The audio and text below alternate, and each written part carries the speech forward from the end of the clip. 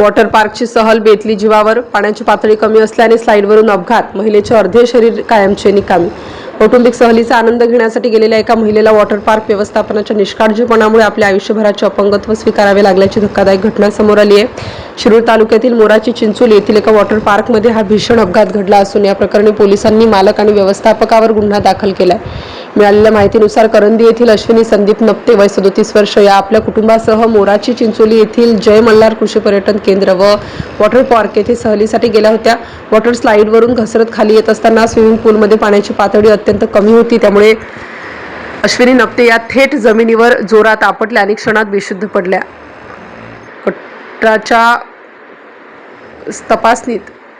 करंटच्या तपासणीत अश्विनी यांच्या पाठीचे 4 मणके तुटल्याचे निष्पन्न झाले आहे. दुर्दैवाने या दुखापतीमुळे त्यांचे कमरेखालील अर्धे शरीर कायमस्वरूपी निकामी झाले असल्याचे डॉक्टरांनी स्पष्ट केले आहे.